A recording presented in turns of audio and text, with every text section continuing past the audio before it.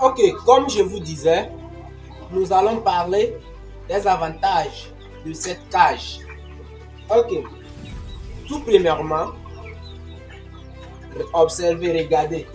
Les sujets sont en haut et leurs fientes sont en bas.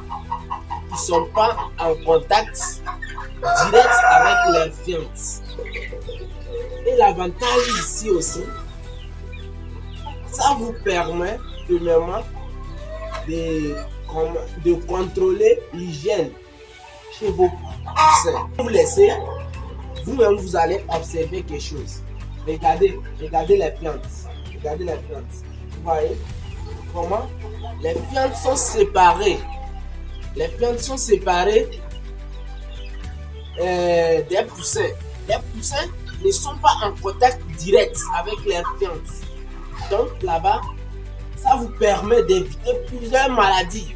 Parce que si les sujets sont en contact direct avec les plantes, vous allez toujours avoir plusieurs maladies. Les maladies sur maladies.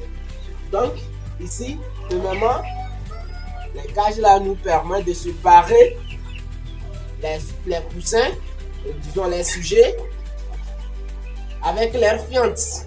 Les sujets avec leurs fientes. Et, deuxièmement, vous allez pouvoir contrôler l'hygiène.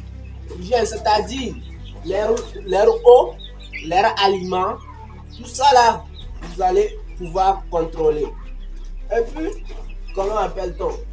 Troisièmement, si vos sujets sont malades, c'est-à-dire si vous venez, vous allez constater les sujets, vous les observez. Quand vous les observez, vous allez voir que les poussins là, ah non, ils sont malades. Quand vous voyez ça en même temps, quand vous voyez ça, et puis vous commencez le traitement, vous allez constater que quand ils prennent le produit et puis ils donnent des fientes après, les fientes sont en bâton, la maladie là va partir. Donc, dans le traitement, ça va plus vite que par rapport sur la litière. Vous allez voir que le traitement comment appelle-t-on, de 1 à 3 jours ou bien de 1 à 5 jours, la maladie va partir. La maladie va partir. Mais si c'est sur la litière, ils prennent le produit que tu les donnes et après, ils donnent les fientes encore.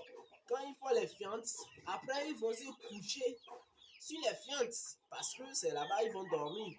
Après, ils vont se coucher sur les fientes. Donc, cela n'est pas du tout bon. Cela n'est pas bon parce que c'est les sujets, les poulets que vous voyez, les poulets que vous élevez aussi, je peux dire, ils sont comme des humains. Les poulets sont comme des humains. Eux aussi, ils respirent, ils font tout. Donc, tu dois les traiter comme un être humain. Pourquoi je dis ça? Ok, si tu ne les traites pas comme des humains, regarde, premièrement, c'est ton argent. Premièrement, c'est ton argent qui est dedans là. Tout ce qui est là-bas, c'est ton argent. Tu as fait achat de poussins, aliments, disons si c'est sur cage, tout ça là, c'est ton argent, c'est ton investissement. Donc, supposons qu'on te donne l'argent comme ça, toi tu vois l'argent comme ça. La façon dont tu vas sécuriser ça là, c'est de même manière que tu dois faire au sujet. Tu dois prendre soin d'eux parce que c'est ton investissement. Si tu fais erreur, donc ton argent là, c'est dans l'eau. Donc, il faut prendre toutes les précautions possibles pour éviter les maladies. Donc, et pour éviter les maladies, je vous conseille d'aller chercher les cages de poulet local. Ça vous permet, ce n'est pas d'éviter les maladies, hein, mais quand même, on sait que ça permet d'éviter plusieurs maladies. Je vais vous prendre un exemple. Pourquoi j'ai dit que tes sujets sont comme des humains? Tu dois les traiter comme un être humain. C'est parce que toi-même, imagine, toi, en tant qu'un être humain, tu es dans ta chambre et tu défèques dans ta chambre et tu vas dormir là-bas. Et le lendemain encore, tu vas déféquer et tu vas dormir encore là-bas. Ah bon, imagine, toi-même, tu ne peux même pas dormir. Tu ne peux pas dormir. Donc, pourquoi au sujet, on va les laisser, répétons, sur la litière? Ils vont chier ici et ils vont dormir sur ça pendant 3 mois, bien, si c'est la reproduction. Si c'est la reproduction aussi, mais si c'est la reproduction, tu peux passer par ici et après 3 mois, tu peux les descendre sur la litière. Pour moi, c'est mieux. Ok, et surtout, pourquoi je parle ça? Les cages là aussi, je conseille ça à ceux qui veulent uniquement faire, comment appelle-t-on, engraissement. Si tu veux engraisser tes sujets, si toi, ton but c'est d'acheter les poussins, venir les engraisser et dans 10 semaines, tu vas les vendre ou bien dans 12 semaines, tu vas les vendre. Je te conseille d'aller chercher les cages de poulet local. Si c'est les poulets locaux ou bien même si c'est les poulets de chair. Les poulets de chair aussi, on a une manière de faire eux aussi leur cage. Il faut aller chercher. Parce que, et surtout, n'oubliez pas aussi, j'ai oublié une chose, l'espace. C'est ça même, je devais parler premièrement, l'espace. Ça permet d'économiser l'espace. Disons, sur un espace donné que tu peux, si tu veux faire l'élevage sur la litière, sur un espace que tu peux mettre au moins 100 sujets, disons au moins 100 sujets, tu peux amener une cage comme ça. Vous voyez, la cage là, elle a 2 mètres de longueur, 1 mètre de largeur. Donc, disons 2 mètres carrés. Sur 2 mètres carrés, nous avons combien de sujets ici?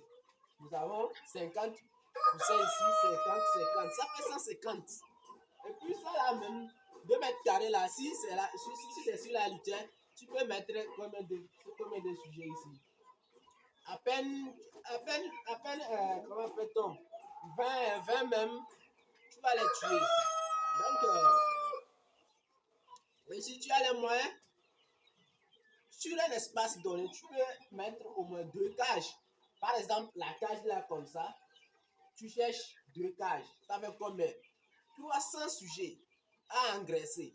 Et puis, tu ne peux pas amener tous les 300 sujets là jusqu'à 10 semaines ou bien 12 semaines. Donc, tu dois au moins gérer ça. Parce que, comment appelle-t-on, quand tu prends tes poussins, tu dois chercher une poussinière, tu vas les mettre là-bas, tu vas démarrer après 4 semaines, disons 1 mois. Après 1 mois, tu vas les amener dans cette cage. Et c'est dans cette cage-là, ils vont rester jusqu'à les 10 semaines là. Donc, tu as déjà fait 4 semaines dans la poussinière. Quand ils vont venir ici, ils vont faire juste 6 semaines. Mais les 50 poussins là ne peuvent pas rester ici jusqu'à les 6 semaines là. Si tu les laisses, ils vont s'entretuer. Ils vont se piquer. Donc, moi je vous conseille que après quand tu vas les amener après 1 mois là, de la poussinière, après 2 semaines après,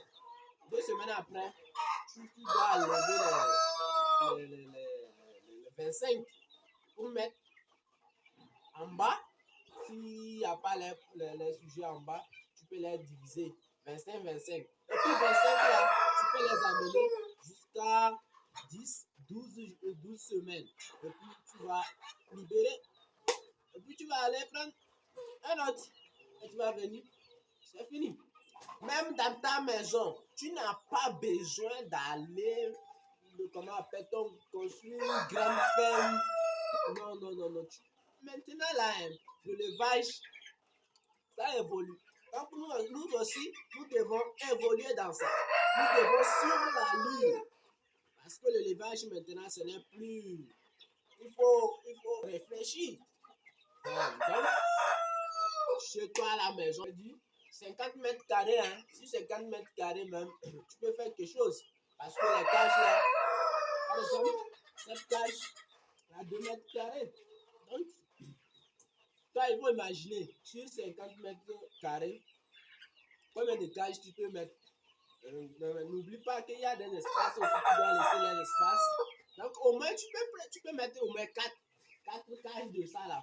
Et puis, on appelle ça là, ça 50 fois 4.